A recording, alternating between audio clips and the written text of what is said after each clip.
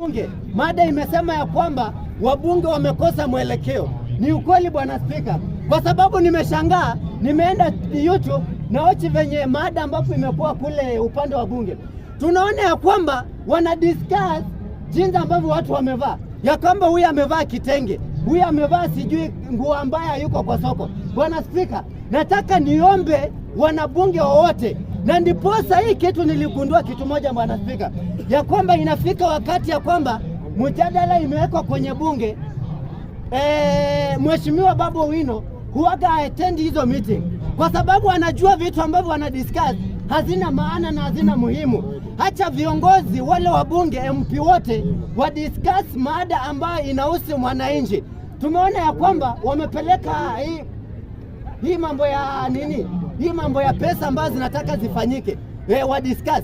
Wacha wa discuss vitu kama hivyo, ama hivi mambo ambavyo vifo vinazidi. Wacha mada kama hiyo ikikuja kwa bunge wa discuss kwa vitu kama hivyo, wasikuwa wameenda kwa bunge kukaa hapo na wako na ulinzi wana discuss mavazi ambayo watu wamevaa. Ile ambayo anahusu wananchi wanaweka kando.